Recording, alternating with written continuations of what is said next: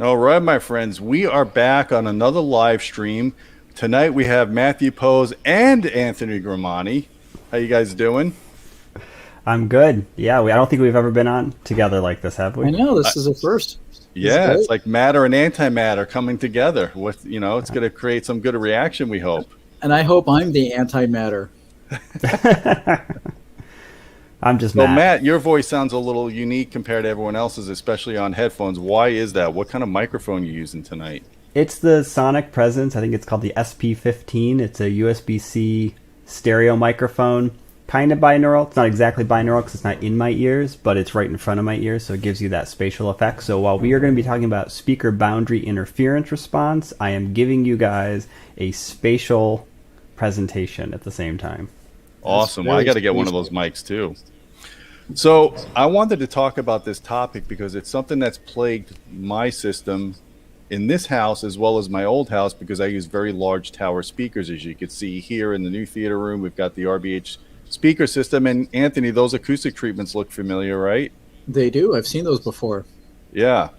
So I'm battling 80 hertz suckouts. And the interesting thing is it's always in my front row. It's not so much in the back row, which is by the back wall, but it's always the money seat, the front row, where I'm getting this problem. And I want to talk to you guys about why I'm having that problem and what kind of countermeasures we can have to maybe not fix it 100%, but to alleviate it somewhat because I'm a bassaholic. My goal is to have plus or minus 5 dB from 15 hertz to 100 hertz at every seat. So I've got 2 rows of seats. Right now I'm at like plus or minus 8 or 9 dB, so I'm not quite there. But I think if we could tackle this speaker boundary interference issue and get rid of some of these suckouts that we're going to talk about, that I could probably get to that target. And the result would be more even bass, more full bass without any gaps, especially in the 80 hertz range, because that's in the transition range between where a satellite speaker is and where your powered subwoofers tend to be. Right. Yeah, absolutely. Well, Gene, I think Anthony and I were talking, and we think we should tear your room apart. We were thinking of taking that wall down, maybe. What do you think? As long as you guys do the labor, man. Well, I don't I've do told you labor. before. Yeah, I don't do labor either. I've told you before, though, I'd like to take your speakers apart, but you won't let me do that. Yeah, we're not moving them. They look awesome like that. So we're just going to work around that by changing the acoustics of the room as much as possible. I'm going to share the screen here with you so you can go over the slide presentations. And then the cool thing is we've got you here and we've got Anthony, and you both are designing rooms for people. And you both have different approaches to stuff. So obviously there's some overlap in what you guys would do, but it's just great to hear 2 different perspectives from people that are in the field that deal with this kind of issue all the time. I'm not Absolutely. sure how different we're going to be, but Yeah. we'll see. Yeah.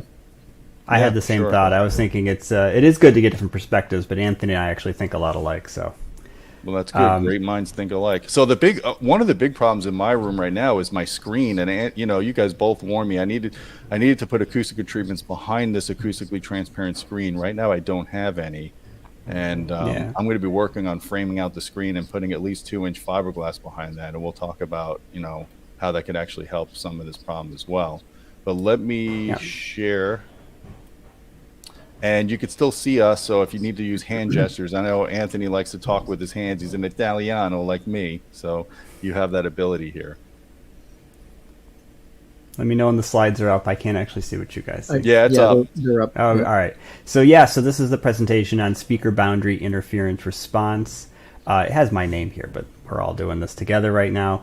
And this is a picture of Gene's system, and we're going to go through and talk about speaker boundary interference response using Gene's system as a example. This is harder to read than I thought it would be. It was Yeah, I just easier when I was noticed doing that. it. So speaker boundary interference response, or SBIR, is essentially a kind of comb filtering caused by interference of sound waves between the direct sound of the speakers and the reflected sound of the hard boundaries at the point of the source being the speaker. So in basic lay terms, that just means it's the dips and peaks that you see in your in-room response that's caused by interference at the speaker rather than at the listener. So everybody, I think, is familiar with the concept of room modes. We know what those are, and we talk a lot about how room modes will change depending on where you put the mic or where you sit and listen. In the case of speaker boundary interference response, It actually changes with where you move the speaker, but it doesn't matter where you stand or where you put the mic. They'll always be the same. So it's worth kind of covering this a little bit. When you measure the in-room response, SBIR and modes are conflated. You can't tell which is which. In other words, if you're just looking at the response, you can't just look at that without sitting there and doing some careful calculations or moving things around and know which is a room mode and which is an SBIR effect, a boundary effect. They both cause peaks and dips in the bass. The modes are interference of reflections and direct sound at the listener position, and they change with the movement of you or the mic, like I said before, and SBIR are fixed at the speaker. They will not change with the movement of the mic, but they will change with the movement of the speaker. My speakers are monopoles. What gives? So a lot of people get this idea that because their speakers are monopoles, meaning that they're directing sound in one direction, that there shouldn't be any reflections off the side or back walls. But the reality is nearly every speaker on the market, we could almost argue every speaker on the market, with rare exception, is actually an omnipolar speaker at low frequencies. Those low frequency waves are so long, they wrap around the cabinet, and as a result, they readily reflect off of side walls, back walls, the ceiling, and the floor. Reflections off of the front. I'm losing my earpiece. Sorry, guys. It's freaky how realistic that sounds with that binaural mic, man. Yep. So reflections off the front and side wall are often dominant SBIR effects. In other words, those tend to be the ones that we see that are like the most significant. And these waves reflect off the boundaries and interfere with the direct sound, either constructively, meaning it makes peaks, or destructively, it makes dips.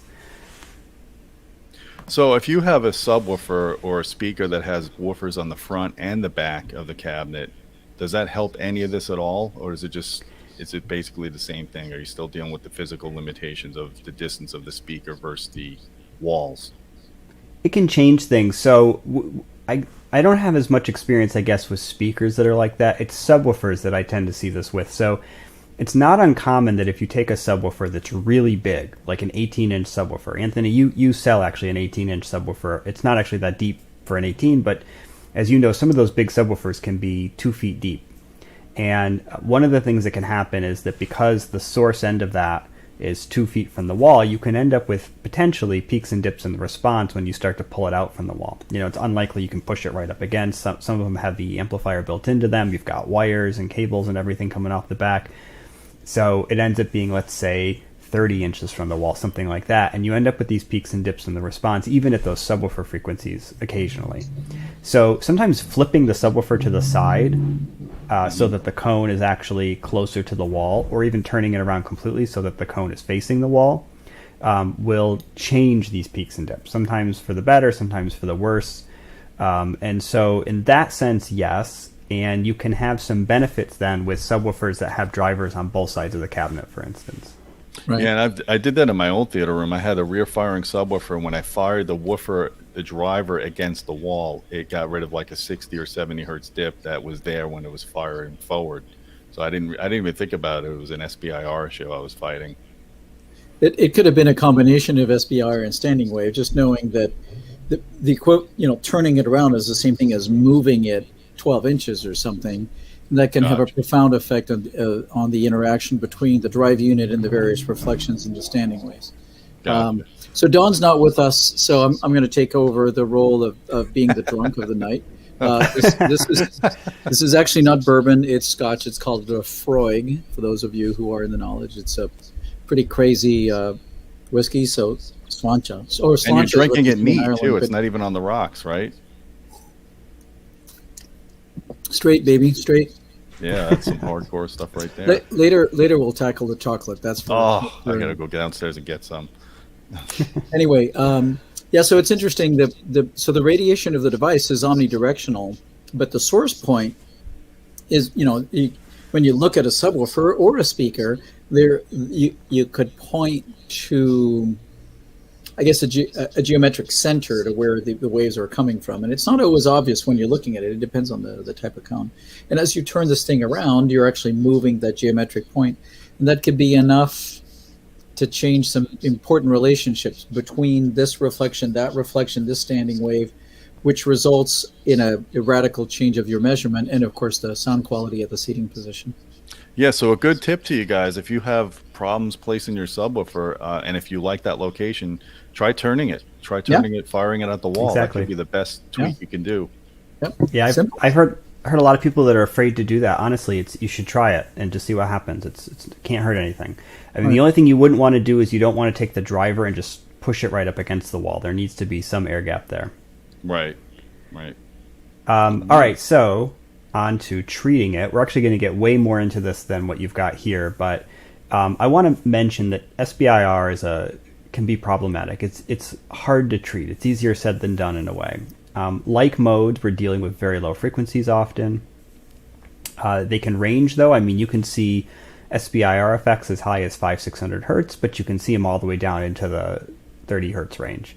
And so when you start to get into stuff that's below 100 hertz, Anthony and I were having a conversation earlier today about that. They can be a little bit harder to absorb, and it can be a little bit trickier. Unlike modes, multiple subwoofers frequently has little effect, as many prominent SBIR effects happen well above 80 hertz. So basically what I'm saying here is that, like as you'll see with Gene's system, the biggest one we have is right around 80 hertz, and then we have a bunch above that. So multiple subs isn't going to do anything for us. Yeah, because your subwoofers are limited to 80 hertz and below usually. Yeah, I mean, usually you're crossing over around there. So what are you going to do to deal with that? I don't know what I was trying to say here. I know what it was. Okay.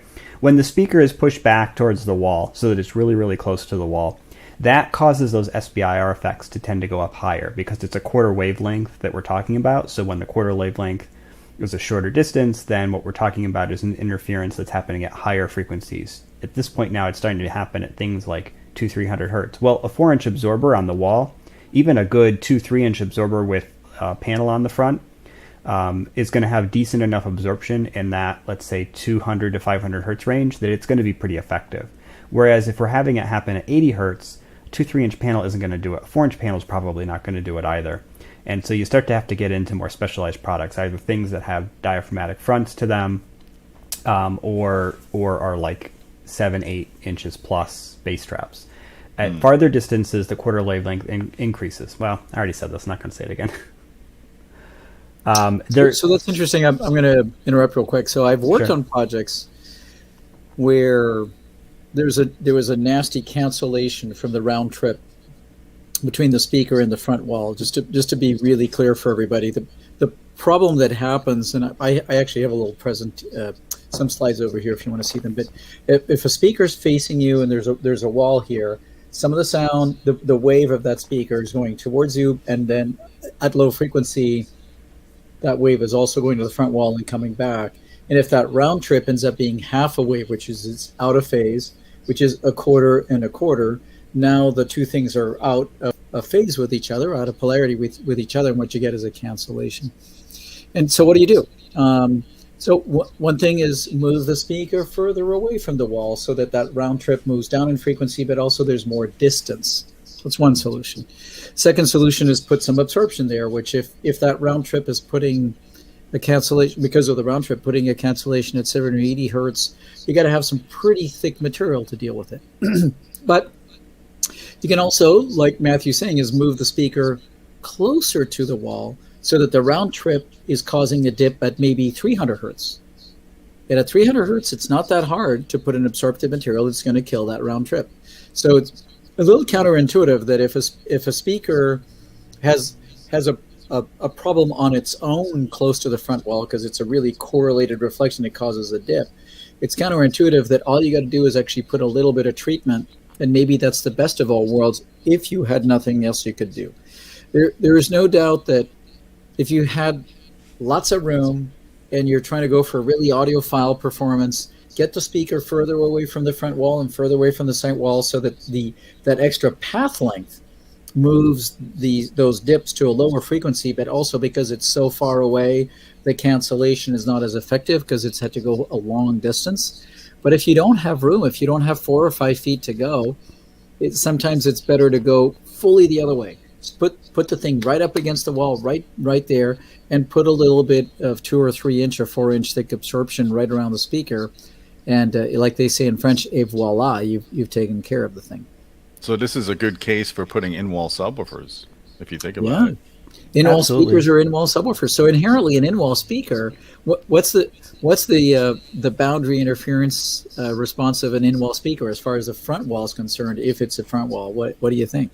Where's the cancellation? It doesn't have one. Yeah. Yeah. And we're actually going to talk about that later, so you're ruining the surprise, Anthony. Oh, sorry. I know, I'm introducing it. Introducing it early. There we go. All right, so then the next thing is I have big bass traps. Shouldn't that fix it? And here I'm gonna be a little bit flippant and saying good luck. We've already talked about how they can be helpful. It will help, but most bass traps are just not large enough or covering a large enough area to offer a lot of benefit, especially at really low frequencies, at these frequencies below 80 hertz. So this picture actually shows a room that's treated probably about to the level that would be necessary to make a pretty substantial difference in if you had pretty low SBIR effects. And if the bass traps are placed in the room to get rid of standing waves, you call them modes, I call them standing wave resonances, same thing. They're usually in the corners, which is actually not where the boundary interference causes an issue. So in your drawing, in your picture here, the reflection of the left speaker off the wall coming back to you is at the location of the panel that's to the left of that. What is that big thing in the middle? Is that a TV? It looks CRT TV. Look, I just found a picture online. This is probably an older picture. Is that a CRT TV? But anyway, you have to think of it like a billiard ball, billiard cue. So there's a sound that goes directly from that left speaker to your head, and there's a sound that bounces off the front wall and comes back to you. And that bounces not in the corner, it's actually inwards. So if you have typical corner-oriented bass traps, the low frequency that boundary reflection off the front wall is not going to get treated by that corner because it's in the wrong place. Right. So you end up needing to have these flat style on-wall bass traps, more like what you see in this picture, and they have to be largely around the area behind the speaker. And I talk about that, like, I don't want to discourage people into thinking that the corner bass traps will do absolutely nothing. You may see some benefit, but they're largely effective against modes or standing waves. They're really not going to do a lot for SBIR. All right, so let's get into a little bit of experiment on this about what absorption can do. Hey guys, this is very cool. This series of charts is, for the record, I love it when we chat about this stuff and it's all kind of really conversational, and I love it even more when we bring it down to actual measurements where you can see, this is what happened. So Matthew's got a great set of charts here. So this is right here, of course, this is just a simulation, but you're going to see real measurements. So what I've done is I've basically put the speakers in a room much like Gene's, dimensioned such that they're about a pretty similar distance to each of the boundaries as they are in Gene's room to show where the SBIR effects show up. And you can see them. It's those peaks and dips in the response. So that one on the left is basically a system that has next to no absorption at low frequencies. Now the reality is there is a little bit of absorption in drywall at low frequencies. And Gene's outer walls would probably be the ones that would be most likely to have it. So that front wall, remind me, Gene, that front wall is that is an outer wall, right? The other side of that's the outside? Yeah, it's block, but I have 2x4s and I have fiberglass, but it's still considered block. Yeah, so that block It's plus rigid. the 2x4s and the drywall, as long as there's fiberglass in there, will have a moderate amount of absorption, around 0.3 to 0.4 at best, and then it kind of tapers off as you get higher in frequency. It tends to work actually at really, really low frequencies more than anything. So in reality, there would be a little bit of absorption in that wall, but it's not going to be enough to fix the problem, as we saw. And so that first one is sort of like Gene's room with no absorption whatsoever. Now the next one adds only absorption to the front wall. And what I did was I added an amount of absorption that was kind of similar to if you were to put, let's say, 4-inch panels on the wall. And in the third one, I then added some absorption to the sidewalls. And for those who are wondering, like, where on the sidewalls, it would be the area roughly immediately to the side of the speaker and then behind it, but towards the front wall. That would be generally the area about which you would be putting these additional absorbers. And then the last one increases that absorption quite a bit, so that now we're looking at something that's probably more like a really, really large deep bass trap or a really effective diaphragmatic bass trap. And so what you can see is as we added more absorption and as we covered more of the potential boundaries, those reflections reduced until eventually things smoothed out. But you can also see that because we were not able to really get a ton of absorption down at those really low frequencies, that big dip that we see at around 80 hertz or so is still there, and it's still, about 3 decibels? I mean, that's still pretty significant. And here's why that's significant. In order to get an average absorption coefficient of 0.8 at, let's say, 125 hertz for an entire wall, we basically have to cover the entire wall with something that's probably about 8 inches deep. So that's really pretty nuts. Nobody does that for the most part. That's crazy. So one thing is, I do have to say that if you can get to a point where you just have a 3 dB dip at 80 hertz, you're golden.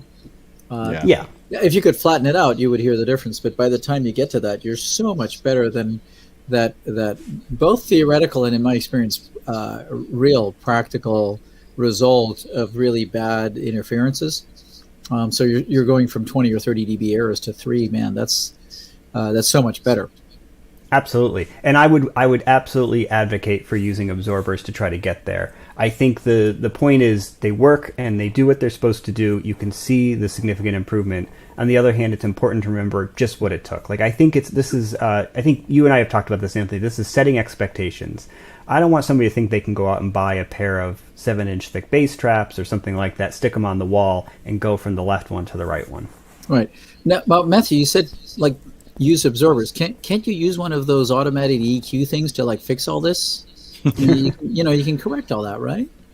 Yeah, not really. No, I mean, the automatic room corrections or even manual PEQ can't fill in cancellation dips because those are infinitely deep. And so you can make it look better in a measurement where you're smoothing out and averaging over some space, but the reality is that dip, for instance, that we saw at 80 hertz is still there. The cancellation is still happening. And in fact, what you've done to try to make it look better by adding some boost around it is that you're just wasting a ton of energy, heating up your speakers, adding a lot of distortion and overloading, probably clipping your amplifier now to try to achieve that. So you really can't. You have to deal with it acoustically before you try to do anything with EQ. Right. Yeah, absolutely. So don't go believing that you can fix all, like they say, you can't fix it in the mix. So a really cool thing to do, actually, if you ever have an opportunity to run these measurements. So here, these are simulations. You can do this. And, I keep saying, get one of the 2 common USB test microphones, get REW, give them a little money to sponsor the fact that they developed an amazing thing. You can run these measurements.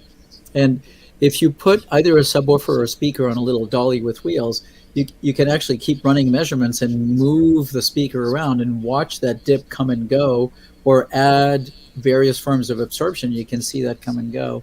Those are measurements, right? So that's what the world of science and objective measurements do.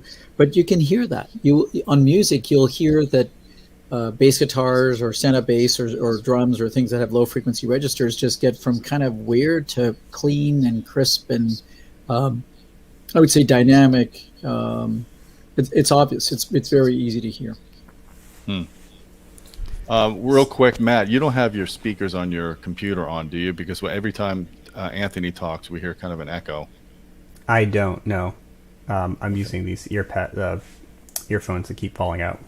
So I don't know what's going on with the echo. Sorry about that. Is it coming from me for sure? I'm not sure because you have that binaural microphone. I don't know what the heck's going on right now. It's okay. It's just minor, but yeah, it's fine. All right. Well, just quickly with this. So, Anthony, you said you love it when there's a connection between simulation and reality. So here is this is actually Gene's measurements against the simulation. And can you guys see my mouse pointer? Because that'll help, because I just noticed one of the arrows in the wrong place. Yes, it's light, but I can see it. All right, well, so here we've got, you can see this is 100, 200, 300, and 405 hertz, 400 hertz, right? So here we have 100, 200, 300, 400 hertz. So if we look, we have this little dip kind of in the 400 hertz range, and we see this is roughly in the 400 hertz range. We see there's a dip just before 300 hertz. So remember, this is like 300 hertz. Here's a dip. There's a peak on both sides of it. Here, peak on both sides of it, right? Now we have another dip that doesn't show up in this measurement. Why is that? Well, because that's a room mode. That's something else. And then over here we have that big prominent dip at around between 90 and 100 hertz, and we look over here, and sure enough, there's 90 and 100 hertz. There's a big dip. We're lining up really well. Now again, we have something funky going on over here at just around 40 hertz. Well, that's a room mode. So you can see that there's some stuff that's getting conflated, but we can see what seems to be the evidence of SBIR effects in Gene's room that match the simulation. It's pretty good, so I fix think. it, Anthony. Did we lose Anthony? Oh, we don't hear you. Oh, wait a minute. Sorry, I muted myself to get rid of that echo. Am I still echoing around? It's a little bit, but it's fine. All right, I'll turn my monitor speaker down so we just get rid of that. So how do we fix this? There's a bunch of different ways to do it. You can move the speaker. You can actually predict, just like Matthew has these prediction algorithms to show what's going to happen as you start to put some absorption there. You can also look at the prediction as you move the speaker around. If you have some latitude to move a speaker into the room a little bit or out a little bit, you can fix things. They're almost one of the things I like to look each. at in the SBIR is assuming there's always going to be an interference from the front wall, the right wall, the floor, the ceiling, the back wall, basically any place where there's a reflection, is I like to start with going to making sure that those reflection cancellations are not all at the same frequency. So imagine you had a condition where the round trip, that destructive correlation between the direct sound and the reflected sound all created cancellations at 80 hertz from the front wall, from the side wall, from the floor, from the ceiling. Now you have a triple whammy. So my approach at this is, let's start off by putting the speaker either fully in a wall so that there's none of that anymore, and or move it out in a room and place it so that the cancellations are at different frequencies. So now that rather than have a really deep null from multiple cancellations, it's a null that's spread out through frequencies. And you can predict that. If we have time, I'll put up a little modeling thing I have that we use for that. But it's not that hard to predict. It's relatively simple math. Basically propagation speed, time, frequency. And then once you know where those reflections are going to be, you can put some absorption treatments at the right places to get rid of them. And it's not that at 60 hertz, it's kind of hard because it's really thick. But as you go up in frequency, 80 hertz, 90 hertz on up, you can, with materials that are between 4 inches and 7 or 8 inches in thickness at spot treatments, you can actually get rid of those reflections or the effects of those reflections. Right. Yeah. And you mentioned the triple whammy. There's, if we're going to use that term, there's I suppose a quadruple whammy you can get, where if the room ratios are such that you actually have room modes that fall at the same place as SBIR effects are happening, you can have an even worse situation. And I've seen systems that are just lacking an entire octave's worth of bass in that critical, let's say, 50 to 100 hertz range, because they actually had basically a setup where it was the worst possible luck between the standing waves in the room and the SBIR effects. It was just canceling across a very wide range of frequencies. Right, so called the perfect storm. I worked on a project in Israel, of all places, that had that. So a combination of SBIR and standing waves, and 2 more things that all put about an octave wide hole around 65 hertz. The other things would actually, they had a dropped ceiling, a decorative dropped ceiling. There was actually an absorptive resonator at 65 hertz, and a ventilation duct, 2 big ventilation ducts made out of solid pipe, not flex duct, but solid, that happened to resonate at 65 hertz. So the combination of all that meant that it didn't matter how much you kept pumping 65 hertz into the 18-inch drivers in this room, you couldn't get anything. And that does happen. And when does that, it's maddening, because you're spending hours trying to figure out what's wrong. You have to be systematic about getting rid of detecting these problems one at a time and getting rid of them. Yeah, those types of problems are tricky too. All right, so simulation versus reality. We talked about this a little bit before, but as you can see, there's some similarities and some differences. We see evidence of the SBIR effects, but we also saw evidence of modes and other reflections that make for a poor match. This didn't include a simulation of the floor, ceiling, rear wall, etc. bounces, which would give a better approximation. So some of those other peaks and dips that I didn't even put arrows or circles around are related to some of the other reflections. All right, so let's deep dive into, this is a measurement from Gene's room again. So this is, again, I'm taking like a worst case measurement that I got from Gene and just picking it apart. because if you're trying to treat your room, this is what you have to do. You have to look at all these peaks and dips and say, all right, what's causing these? Where are these coming from? I mean, this response is really not as bad as it seems. It's more that I'm putting a microscope on it so that we can go through it. Right. And it's just Let me one bring something speaker. up. You're not showing both subs. Yep. Let me bring something up. So this is a measurement at a single microphone location from a single speaker with everything that goes on in a room, right? Yeah, absolutely.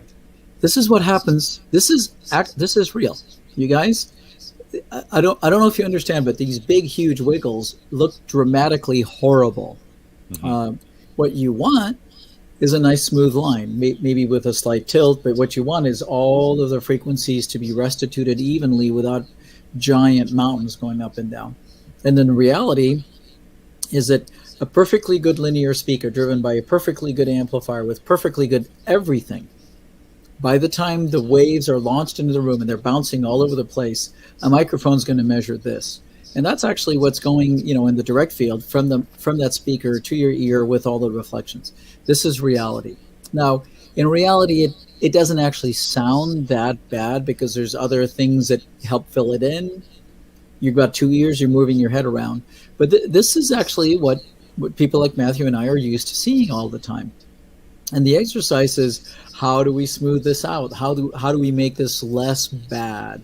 I also want to point out that there's differences in different speakers and different amps, and like all these things that people do to make it like super linear to where really high-end speakers, well designed, are plus and minus 1 dB of frequency response, and you throw them in the room and you end up with things like this that are, what do you got here? Plus and minus 20 dB? Is that your peak dip here?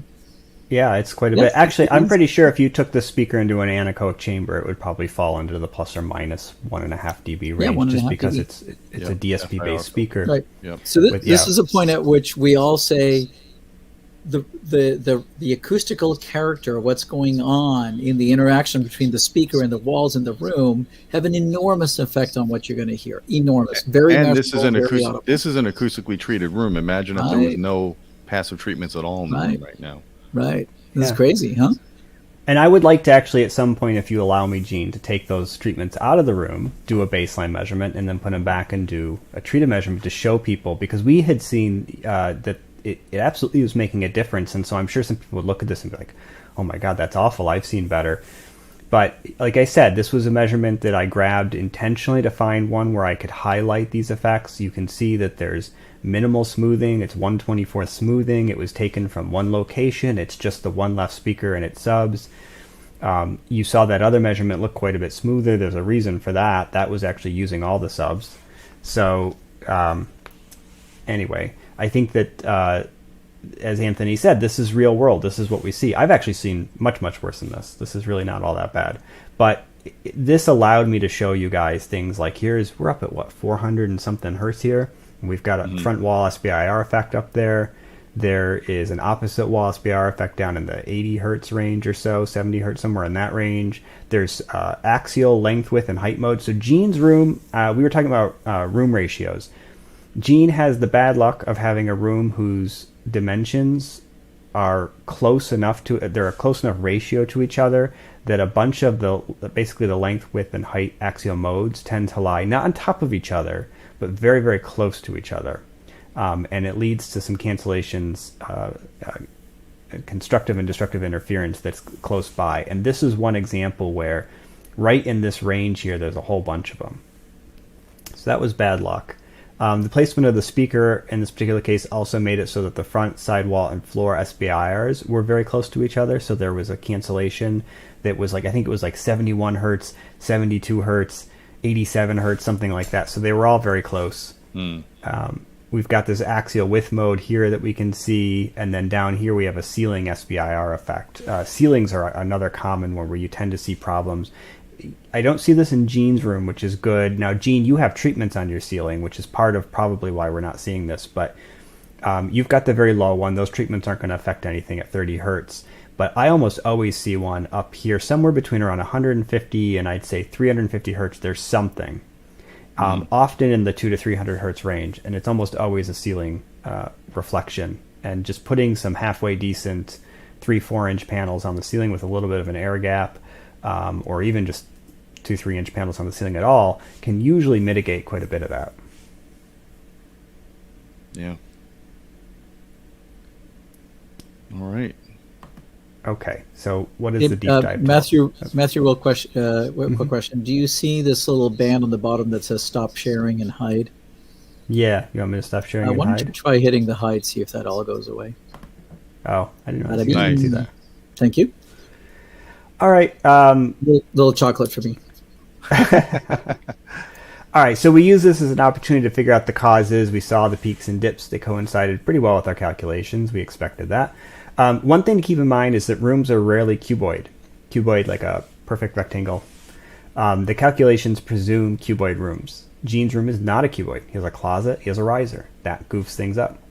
And in somewhat unpredictable ways, I think, Anthony, you've talked about using ray tracing before to try to get more accurate estimates of this stuff. But for the most part, we usually use classical calculations, which are assuming a cuboid room. And they're usually close enough, but you do sometimes see little odd things that don't seem to match up. And it's usually because there's something in the room that isn't, accounted for in that calculation. Yeah, Gene does have two relatively large, I'm going to call it objects that cause accidents on the standing waves. His riser, which is nice and tall, and then that closet on the left side that will alter both the front to back, the length and the width standing wave predictions. That change really what it is, plus whatever the stiffness of the walls are relative to a predicted infinitely stiff standing wave character. So very briefly, this is the SBIR calculation. So the frequency of the calculation is going to be the speed of sound over 4 times the distance between the speaker and the boundary. It says F wall. Usually you want to avoid trying to have pretty strong nulls in that 40 hertz to 200 hertz range.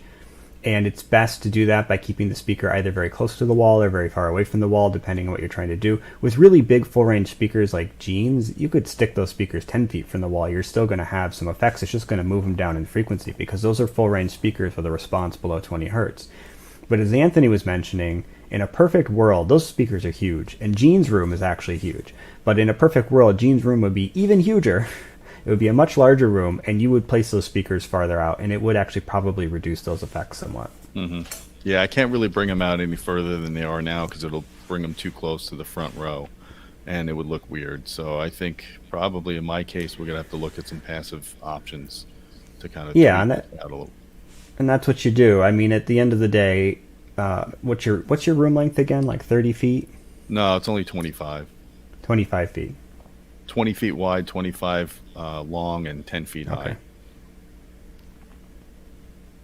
So you needed like a 50-foot by 40-foot room.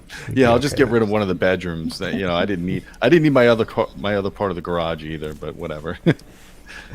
All right, so here we have some best solutions. I don't have. I don't have Anthony's Sonatus traps up here, but there is a product I'll let Anthony talk about that he carries, which Anthony or I can get for you, that would be effective in that 100 to 300 hertz range, and so could be useful. But I did list a bunch of products that I've used before or can sell, so shameless plug.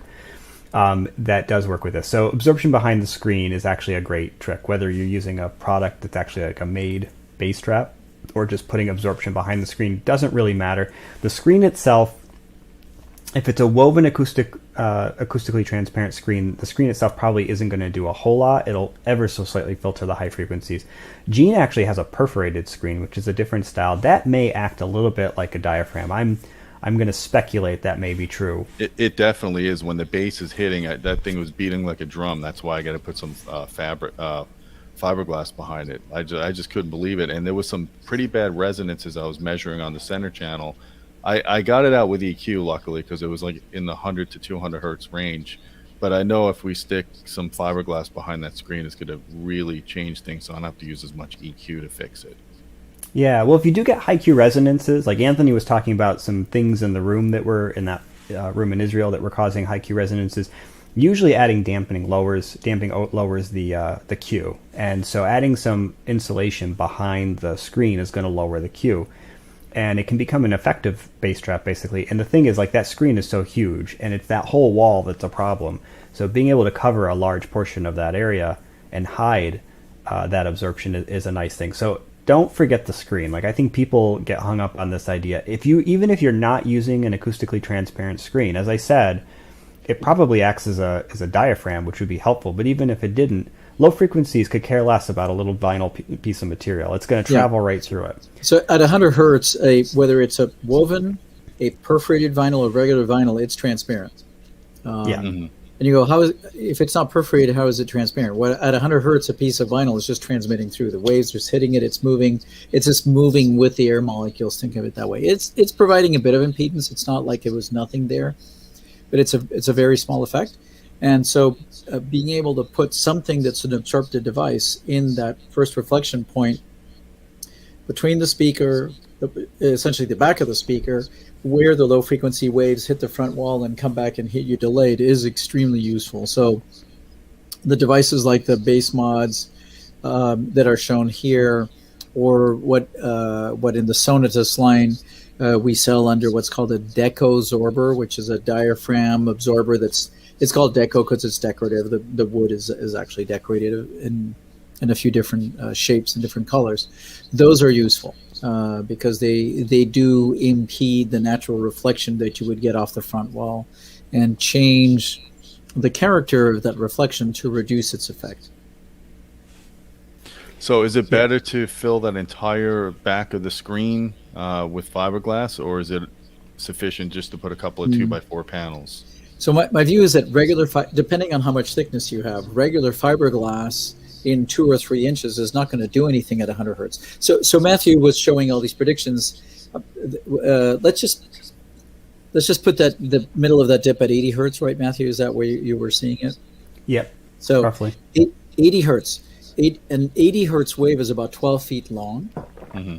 A half of that is 6 feet. A quarter of that is 3 feet. And so before you can affect that, you need 3 feet of fiberglass. So fiberglass material, if you're going to do what's called frictional absorption. Foam, fiberglass, cotton, whatever is actually achieving absorption through frictional process in which the air molecules are actually rubbing through the fibers. Not going to do anything really for your 80 hertz. And that's where you want to switch topologies and the type of absorbers to what's called a diaphragmatic scheme. So something that is a membrane that's sitting either on a suspension, which fiberglass can actually act as a good suspender for a diaphragm, or foam, or diaphragm type box, in which you actually have a frame, you have a piece of 1/8 inch, what door skin or 8-inch fiber, 8-inch wood that's with a little bit of damping behind it. You'd have to calculate it carefully and make sure it's all built correctly. But you need something that's going to absorb around 80 hertz, and usually a membrane or diaphragm type absorber, or a Helmholtz type absorber, which is more complicated, can work. I just want to make sure you guys are clear that a regular fiberglass panel to absorb 80 hertz is a thing that's really big and won't fit behind your screen unless you move the screen 3 feet away from the wall. So, however, combinations of fiberglass with a membrane, which a bunch of manufacturers, including us, make, is the right direction to go in. And you can, this is getting into stuff where it maybe is beyond DIY, but you can add a diaphragm to the fiberglass to put behind the screen if you want to. And so, and that's actually a trick that I've used before. Yeah. So quickly to kind of go. Start with a 4-inch panel and actually bond on there an 1/8 inch. I call it door skin because that's the easiest way you can think of it. Just a thick, thin piece of plywood glued on there with a spray adhesive. It will, in perfect English, it'll work better than the regular fiberglass. You don't really know necessarily exactly where its center of character will be, but whatever, it's going to absorb a lower frequency. So in my situation with the center channel, I'm really just trying to fix the couple of 100 hertz bump I have. It's pretty low Q. It's between, I think, 100 and 300 hertz. That's why I was thinking the fiberglass would be more than sufficient to do, but depending on how thick you're willing to go. But those measurements that Matthew showed, those are off your left or right speakers, right? Yeah. Well, that's why we think he needs to add something maybe even thicker on the front behind wall the there. speakers. Behind the speakers. Thicker and with a membrane, with a membrane, something more efficient. And just kind of going through these. So like these Art Novian ones are an attractive product. I wouldn't stick that behind a screen. You're spending a lot of money on the look as much as the performance. But that one uses a plastic diaphragm with weights on it, actually, and then has I think it's a polyester type, bonded polyester, something like that material, and foam inside of it. Mm-hmm. The base mod is actually exactly what you were talking about, Anthony. So it's basically like a piece of plywood attached to a frame with damping material. It's 4 by 4 feet. Could put that behind a screen, but like in the case of jeans, it would cover the center channel. The base mod 1500 actually is a steel plate diaphragmatic absorber, and that's a design, I'm going to forget who designed that originally. RPG used to sell a licensed version of it called the Modex plate.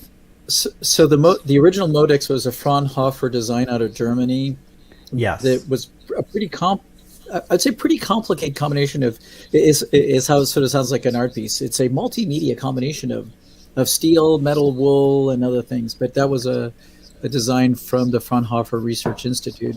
Well. So the base mod 1500 is the same thing basically. It's just an updated version with, as the designer calls it, some improvements. You can't get that Modex plate anymore in the US, I don't believe. So if you do want something like it, this is kind of it. The problem with all of these, not the GIK products and not the Sonitus product, those are all very affordable. The Real Acoustics product and the Art Novium products are expensive. So I look at that as they're very good, they're very effective, but you're spending a whole lot of money. So Matthew, what's really expensive? Tell me, how many Dolores, or like I say in Spanish, Dolores, which means many pains. What are we talking about? Well, so the Art Novium, I believe, is about $1,400 a piece. The base mod, $1,500. I'd have to check, but I think it's something like $1,000 to $1,500, and the 4848, I think, is maybe as much as $2,000. Right. So, I see people spend way more money on that, money than that on power cables that are made out of very esoteric materials and speaker cables and things. You know, these little, I know I'm going to sound offensive, but these little things that raise your cables off the floor, and all of these little magical mystery tweaks that are not going to fix a hole at 80 hertz. You got to, if you have a really good speaker, wonderful speaker, that the location was set by a combination of aesthetics and imaging. So you can have a room in which a pair of speakers happened to produce a wonderful image, but it had a hole at 80 hertz, right? Mm-hmm. So now what? So you change the power cord to fix that? No. You change the speaker cables to fix that? No, that's not going to do anything. But I see people spend $2,000, $3,000, $4,000 on these accessories that are not going to change that 80 hertz condition, which is a straight physical effect of a cancellation. But you could spend $1,500 or $2,000 on a device that's actually going to fix your issue that's making cellos sound like they're thin. You should do it. If you're an audioholic and you're after that perfect sound, that $1,200, $1,500, $2,000 is really very well spent money. I shouldn't say it's nothing, but it's definitely worth it. Yeah, you're more bang for your buck fixing your room acoustics than you do with fancy wires. That's for sure.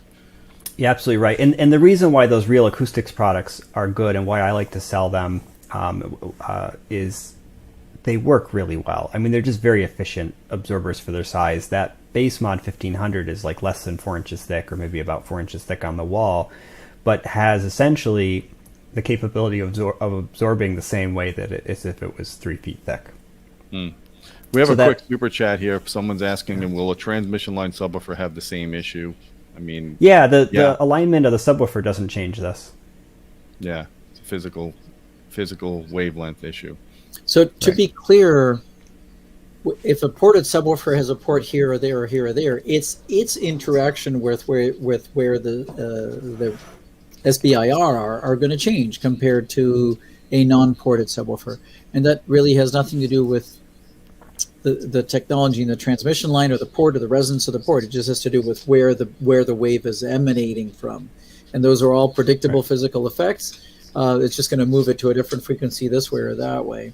And it all needs some control, starting with a physical control or a mechanical control, which is the through proper treatments. Right.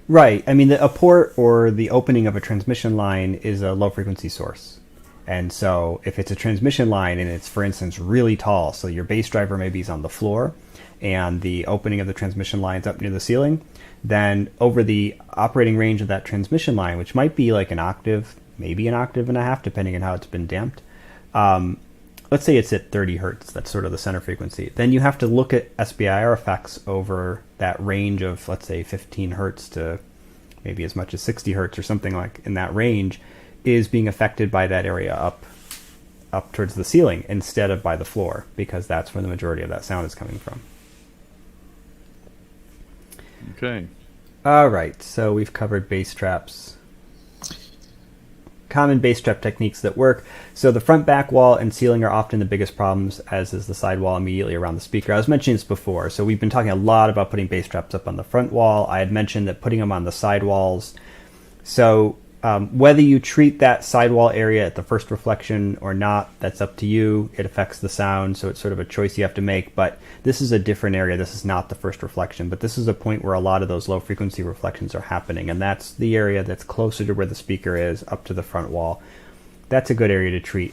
The back wall behind you, not only is that responsible for a pretty major longitudinal mode, but it affects also these SBIR effects. It's a very long path, so having something big like a 4x4 bass trap or bigger on that back wall is often a really good idea. So I typically do that. Anthony and I have both talked Matthew, about. can you help me out with something? What is a bass trap? What is an absorber, and what's a bass trap? What's the difference? I mean, does one have a big giant spring thing that like goes over and traps the waves, or how does that work? What does that yeah, mean? I mean, a bass trap, I think, is just a colloquial term for a device that is damping the sound waves. So it's dissipating them as heat. And it's just, there's different ways to do that. So you were talking about all the different options. You've got frictional absorbers that rely on velocity absorption, and those are things like foam or fiberglass material. There's no diaphragm. There's nothing there to convert that velocity wave to a pressure wave. And so or it's the other way around, the pressure wave to a velocity wave. So essentially they have to be equal to roughly 1/4 of the wavelength to be effective. And so those are not very efficient at low frequencies.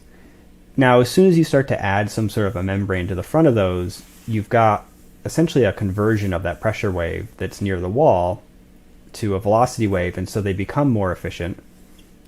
But they tend to work most efficiently at a particular resonant frequency that that diaphragm has.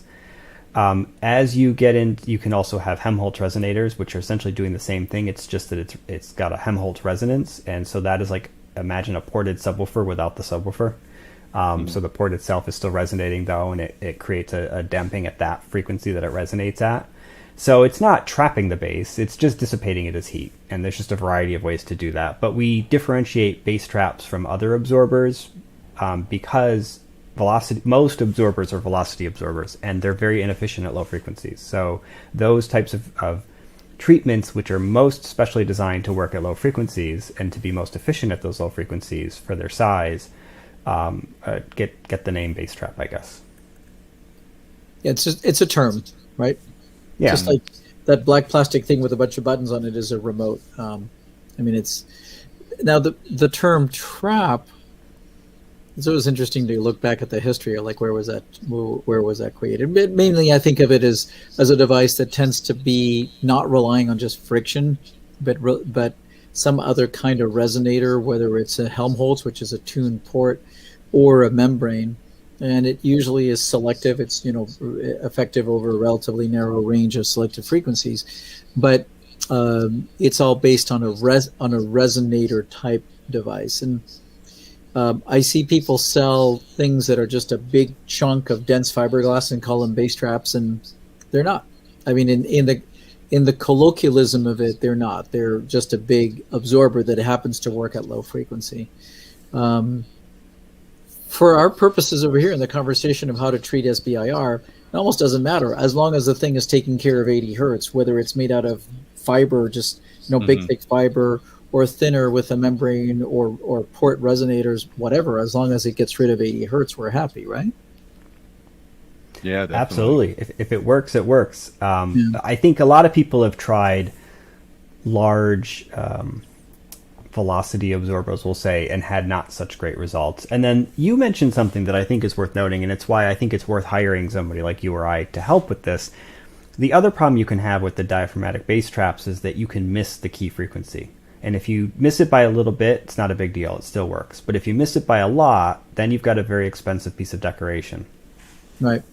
Right. No. So what's interesting is in the olden days, diaphragm absorbers were actually, I shouldn't say in the olden days, people still do this. They build diaphragm absorbers out of basically a frame with a membrane in the front, fiberglass typically, sometimes a synthetic material. But, you can get some calculators on the internet that go, if you put a plate of 1/4-inch plywood and you put it on a box this deep and put a little fuzz in it, you'll get absorption at 62 hertz, random number here. Well, you'll get 62 hertz one day given the heat and humidity of that day. And the next day, it could change. It could change to a lower frequency if the density goes up because the change in humidity makes that the actual mass of that wood has gone up. Or the next day, it could be the mass could go down, the frequency could change. So they were a little bit unreliable. I'm more of a fan when it comes to membrane absorber. I'm more of a fan of synthetic devices rather than wood that change with hygrometry and temperature. But generally not a fan of really what's called high Q or very, very precise, narrow frequency devices because they may not hit exactly the frequency you're trying to do. Tend to be more of a fan of have them be wider, lower Q or wider, broader frequency, and just kind of hit in the general vicinity what you're trying to do. It'll work pretty well. And I'll agree with that. All right, so wall baffle mounting. We talked about one of the common techniques that gets used that fixes this is baffle mounting the speaker or wall mounting the speaker. Wall mounting meaning in the wall, though. Right. So it creates an infinite baffle, and at that point, it eliminates one of the most dominant sources of SBIR, which is the front wall. Now you still got the floor, the ceiling, the side walls. We haven't gotten rid of that, but this is used very commonly in studios, and this is why. And I actually had the ability to show this. So this is Gene's same system, but you'll notice. Actually, I'll show you this. So this is Gene's center channel, which is an in-wall center channel, but it's the same drivers that are used in his left and right speaker, just in an in-wall form. And then there's the left speaker and the right speaker plus the subs. Now notice it's center plus sub, left plus sub, right plus sub. Same subs, because there's no subs in his wall. And you can see down here, everything's kind of similar. I mean, I think the center looks a little bit better. But here, it looks a lot better, I think. I mean, I don't know what Anthony and Gene, what you guys think, but when I laid this all together, I thought, yeah, that seems to pretty well make the case that the in-walls are eliminating a lot of those reflections.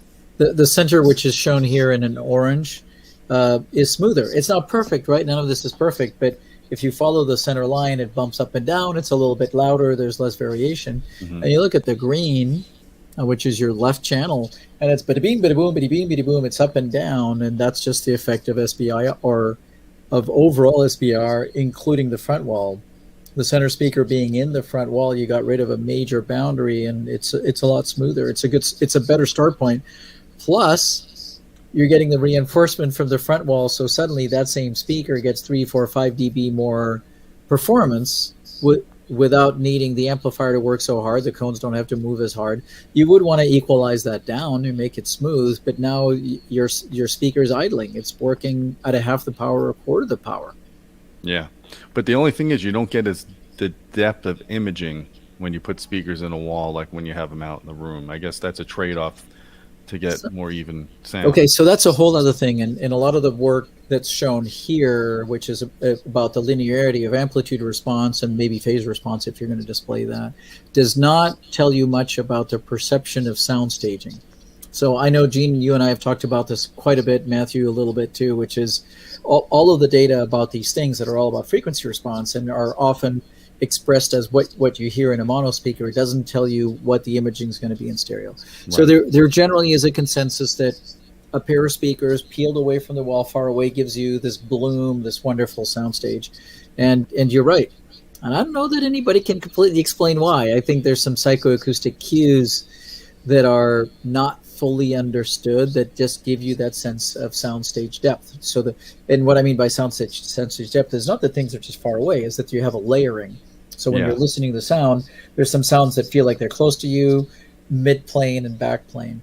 I have heard baffle mounted left right speaker pairs that give you that, where you're playing 2-channel stereo, not film material necessarily, or the music that's in film material that may be recorded in 2-channel. But I've heard systems where everything is baffle wall mounted and you're playing 2-channel and it's just wonderful. It's layered, it's beautiful.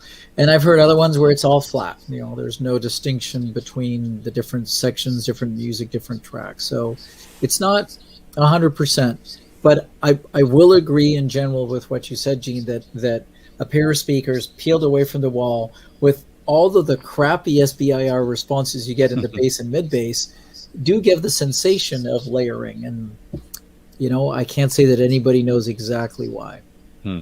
Yeah, I'm generally of the same mindset. My experience has been that when you pull speakers out into a room, you get what sounds like a better, more realistic soundstage, and walls often are very flat. But like you, Anthony, I've actually experienced some baffle-mounted speakers that presented a really wonderful soundstage. I have my theories, but I don't know of any research that's really looked at this. I would love to see a lot more work done on that. So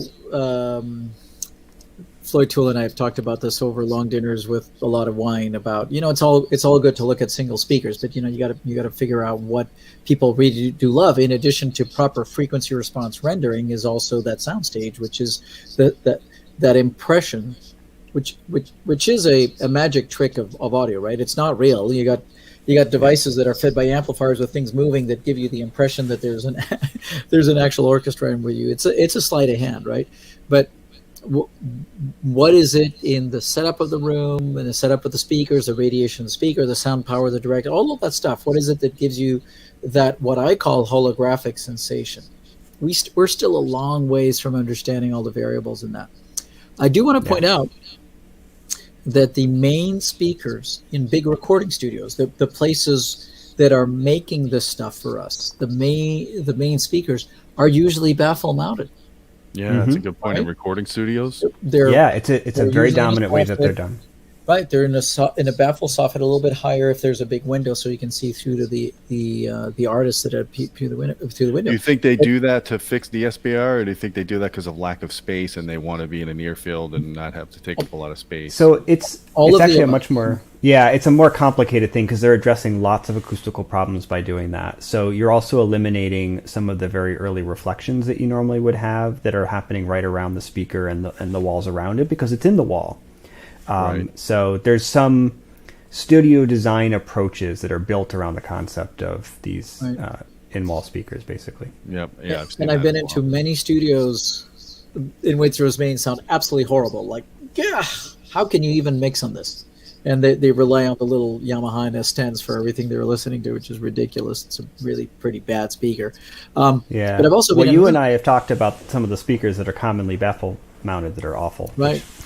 But there's also some really, really good speakers today made for baffle mounting from several companies. I won't go into it, but that sound unbelievable. You're sitting there at the mix console and you just have this.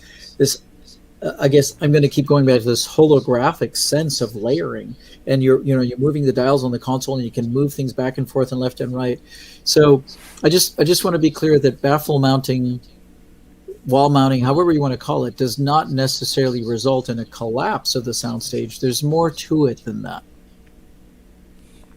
Matt, you're in trouble. Someone's just did me a super chat to say, "Stop the show. The feedback in Matt's mics are killing me.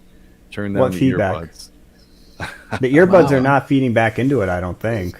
Yeah, I'm not hearing that. So, Gene, are you hearing that? Or I mean, he just sounds like he's in my room. I have headphones on, so it sounds like he's like literally sitting right in front of me. And when his cord touches his shirt, I hear it all around me.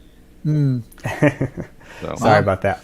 All right, so subwoofers. Gene, you wanted to talk about like how to use subwoofers for this. If we're dealing with SBIR effects that are below around 80 hertz, where you're crossing over your subs, then you can use subs for that.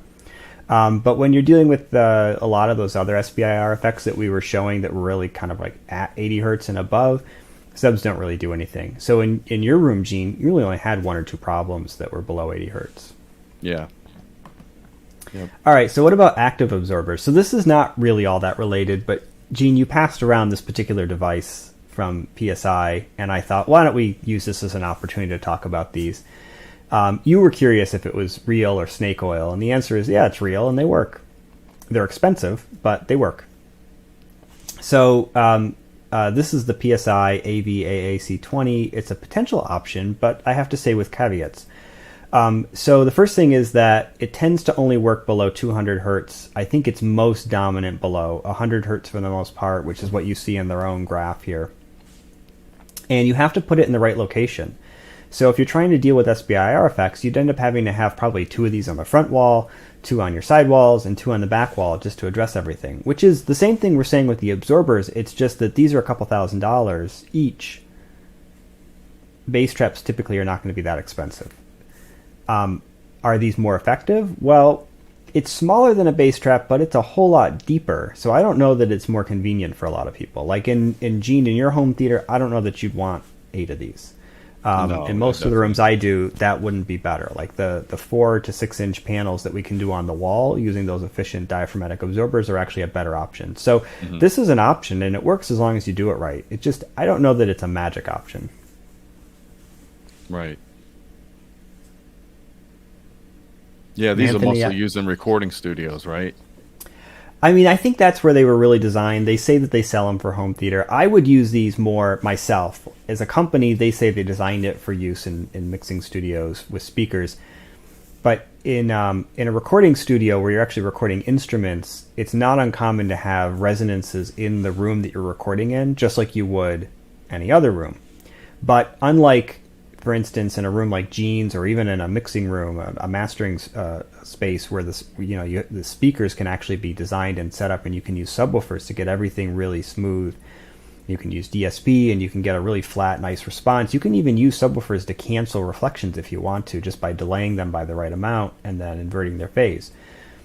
In the case of a recording studio where you're trying to record instruments, you can't do that with the instruments, so you have to use passive absorbers. And at very low frequencies, that can start to be a problem when those passive absorbers become too big, or you can't get them quite in the right location, or whatever. So that's where something like this can actually be handy. And if you're trying to record like a tuba, a contra drum, any of the other types of instruments that tend to have a lot of real low frequency information, and you've got a resonance that's going to end up in your recording that you need to get rid of, these are effective. If you're talking about the actual like mixing room, and the problem is with the speakers, you can use this, but there's other options that very well may cost less that can be just as effective. So that's my view. Anthony, you and I didn't have a chance to talk about this, so I am curious your thoughts on these active absorbers. No, I think they can work very well.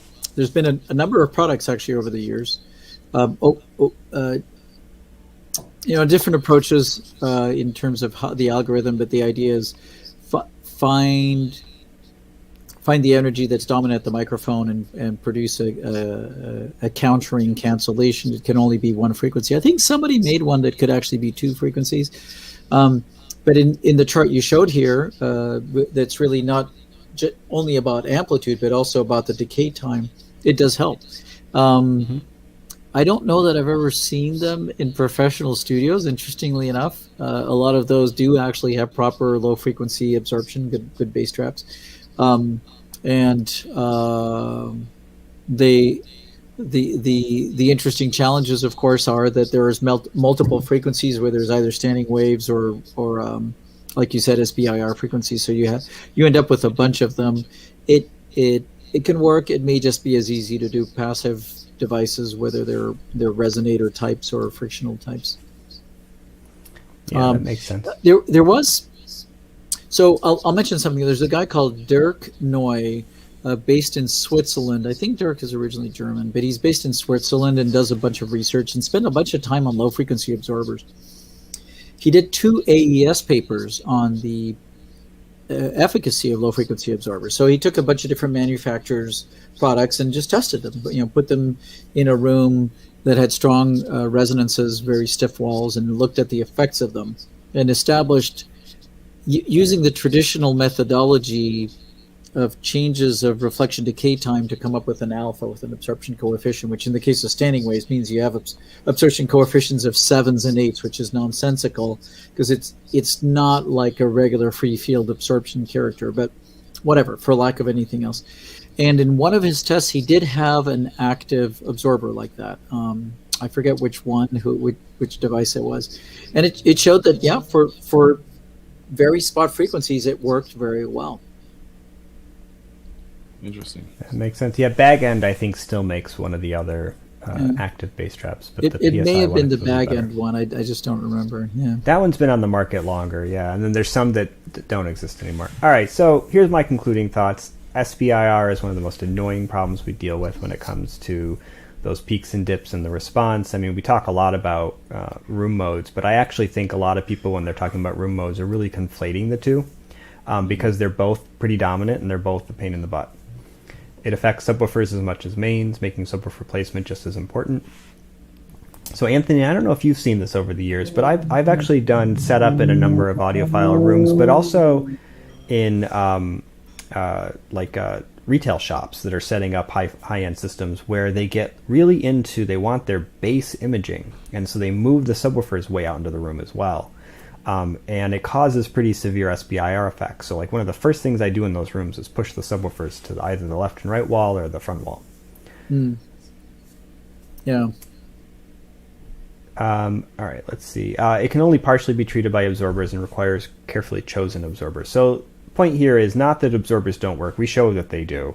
It's really more that there's a lot of things you do. There's not one. So often when I'm trying to deal with this problem, the first thing I do is try moving the speakers around to minimize the effect without affecting the imaging. The second thing I do is try to figure out how to move the SBIR effects to a point where I can deal with them with absorbers more easily, and then to also figure out what kind of absorbers are going to make the most sense and where I need to put them. So like the other part of it too is not just figuring out what absorbers. You could just go and buy a whole bunch of absorbers and throw them around, but actually what are the offending walls here, and then knowing where to put the absorbers to deal with that. And then full range speakers are just a big pain in the butt. Speakers like Gene has make things worse. If he had like a bookshelf speaker that rolled off naturally, let's say starting at 80 hertz, then moving it out into the room, actually probably as much as it is, would be enough to address most of the SBIR effects at low frequencies. We could put absorbers on that wall, and then we put the subwoofers where we need to. But he's got big full range speakers, and so you can see that there's problems all the way down to 30 hertz. But they're so much more fun. They are more fun. I like big speakers too. Yeah, I'm because of the problems you mentioned, I've become more partial in terms of getting the job done to a combination of subwoofers and speakers that play down to 60 hertz or something. Yeah, where you can essentially chunk off and separate the device that's creating an image, that thing that creates the sense that, hey, there's an orchestra or musicians in front of me. Separate that out from the device that's creating bass. And you can actually go, well, I'm going to move the bass device until the standing waves and the combination of standing waves and SBIR yield a reasonably smooth response. And then separate from that, kind of divide to conquer. Separate from that, have the device that's producing the image of mid and highs isolated from that. That's just kind of easier. Yeah, I agree with you 100%, man. 95% of installs, if you want to get the job done a lot easier, bass manage all your speakers and do the subs in the right locations. So, Gene, if you agree, why won't you let me take your speakers apart? Because they won't look good if you take them apart. So what do you mean by taking them apart? You want to actually cut them? You want to take a big saw to them, or so? No, I don't. They're modular. They're modular. Yeah, there's 3 modules. There's 2 bass modules and a middle module. The middle module is the imaging module, and I want to put those on stands, and I want to move his subwoofers up against the walls. I want to do 2 up on the front wall and the other 2 on the back wall and be done with it. But he won't let me do it. That may be worth trying, and yet you're right; it won't look quite as impressive. Yeah. So I'm with you, Matthew. You mentioned there's a bunch of steps. There isn't. Unfortunately, here there's not one magic pill that's going to fix it all. I wish there was, or else I'd be practicing that. But the dip I have at 80 hertz is not like the end of the world. It's if we could get 3 or 4 dB back from that with some passive treatments, I'll be happy because I mean, it sounds incredible now. I mean, you see these graphs and they look horrible because we're zooming in on it and you're looking at one speaker at a time. But I'm really talking about, Anthony, if we can do some passive stuff to fix this, give me 3 dB back. Yeah. Or 4 dB. 4 dB would be twice as loud at bass frequencies. It would Yeah. be perceived as twice as loud. That's good enough. And the good news is you could, because so right now what's going on is you put some of our mid bass absorbers behind the speaker. Realize when you look at your drawing is that the wave that's hitting the front wall and going to your ear and creating that cancellation is missing those absorbers. Now, just to be clear, 100 hertz wave is 10 foot long, so some of those absorbers are taking care of it. It's not like it's an arrow, but if we could peel your screen back a little bit, put some mid-bass absorbers or low-frequency absorbers behind the screen, that would mean you'd have to move your screen forward 5, 6, 7 inches. Then you could improve things dramatically. So that's one thing. So I'm with Matthew. My approach in dealing with this is start with placing the speakers in locations where either by prediction or through measurements, the SBIR, I'm going to keep using that word, the interference frequencies are not the same at all the different boundaries, right? So there'd be a dip at 80 hertz here and a dip at 90 hertz here and a dip at 110 hertz here. So they're not overlapping, step one. And again, you can do that by simple math. We're out of time, so I'm not going to bring up our calculation module here that shows it, but I can show you how you can move things around and you can see how they go. Or you can do it by measurement. Again, using Room EQ Wizard, play pink PN, pseudo random pink noise, move the things around, and you'll see those waves change at the main listening position. So step one.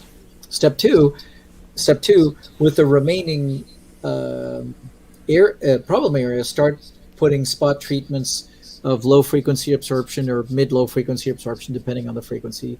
AKA bass traps. I tend to call low frequency, mid frequency, and high frequency absorbers, and see if you can actually reduce those dips a little further. You will never get rid of them all. The only way to get rid of them all is to have an anechoic room, and we don't want to do that. So another thing that I did to help us out a little bit, and you tell me if you think this is a good approach, is since it's in the subwoofer range, I increased the levels of the subs, and then I cut the bass below about 50 hertz to flatten it out. So I brought that level up a little bit where those suckouts were, and it helped a little bit to get to fill in the bass. That's called equalization. Whether you're equalizing by doing this or equalizing by doing this and that, it's the same result. But that's the third thing actually, there's 4 things you should do. So one is place speakers to where there's not a coincidence of dips from the different boundaries at the same frequency. One, you can model that, you can measure it. Model it and measure it. Number 2, once you've decided what's the least bad position, put some treatments. Number 3, you're going to end up with peaks and dips. That is what it is. That's why I pointed out when Matthew showed that room of yours that's already pretty well treated. It looks god-awful. Well, that's where equalization comes in, to try to get rid of the big peaks, smooth out some of these errors in response. Don't start with that, but that's the next phase. And finally, you could actually try changing your seating position, not necessarily in your room, but other rooms I work on. You can move the seating area forward a few inches and get rid of really big accidents, if you can. So that's sort of like a 4-way position. People sometimes ask me, like, where's my ideal position for my front speakers? Well, you got to look at all of that. And then in the case of front speakers, also the height relative to the screen and the height relative to the center speaker, or the height relative to your seat position. And so what I generally find in the world of design and acoustics is you're battling one of these equations with multiple variables. You're actually trying to solve simultaneously an equation with like 10 different variables to get the least bad result. And that's how it is. If it was easy, they wouldn't need us, is what I always say. Yeah. No, I mean, what we've already accomplished in this room is incredible. So what we're doing at this point now is just fine-tuning it. Right. And guys, as ugly as that looks, again, in the measurements that Matthew showed that Gene measured, that's just normal. That's like everyday work in our field. It's you're never going to see perfectly flat lines out of speakers in a room. And unless you're doing a lot of smoothing on the graph. Yeah. Well, I think that covers this topic pretty well. I definitely want to do some follow-ups, Anthony, after we move some of these treatments around, and we'll do some measurements. We'll show the before and after. I think it's really awesome to have my room as the case study for what we're doing here. Yeah, that's cool. It's incredible. Yeah. So I'm the guinea pig, and you guys are going to benefit from what I do in this room. So hopefully you can do the similar in your room and get good results. As you can see behind me, I've got treatments for this room. I haven't even hung up yet. They're sitting back. This is my 2-channel room. So yeah, there's a lot of work. A lot of work is left to be done. Right. Yeah. And, you know, Matthew and I work with this every day in other people's rooms. We don't always have the luxury of getting this much data and the flexibility of moving things around. A lot of times it's like, it is what it is. Just make it work the best. Right. We're always fighting wife acceptance factor. For the record, the chocolate of the day was this. Lemon and ginger. Lemon and ginger, man. That's good for digesting. It's very good, and it goes very well with Lafroy whiskey from Scotland. Very nice. Not very Scotch. Nice. Don't call it Scotch. It's whiskey. Right. All right. Well, guys, thanks for being here, doing this presentation. Matt, thanks for doing the slides here. Anthony, your input as well. This is awesome. You guys don't get this kind of information on any other YouTube channel, and I'm proud to bring this to you. And don't forget about our Patreon at patreon.com/audioholics. If you log into our Patreon and you become a patron, we have this live presentation there, so you can go over that at your leisure. It's great reference material. And don't forget to hit the subscribe button, hit the thumbs up. And until next time, my friends, keep listening.